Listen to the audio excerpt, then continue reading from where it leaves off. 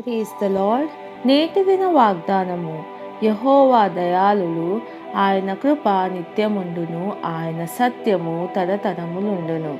కీర్తనలు 105.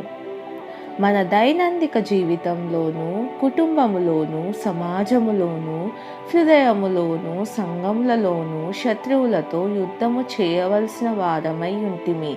నేను ముందుగా తెలియజేసిన విధంగా జీవితము, సంతోషము, దుఃఖము, ఏడ్పు, చిరునవ్వులు, అనారోగ్యము, అస్వస్థత, శ్రమలు, విజయము, ఓటమి, గెలుపులు, దారిద్రత, అప్పులు, తృణీకరణ, భారమైన జీవితముల కలయికలతో మిళితమై ఉంటుంది. కానీ విజయుడైన మన రాజుతో కలిసి మనము వీటన్నిటినీ జయించి ఉన్నాము.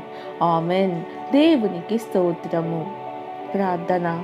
యేసు, రాజులకు రాజా, నేను ఒంటరిగా పోరాడుటలేదు, నీవు నాతో కలిసి పోరాడుచున్నావు.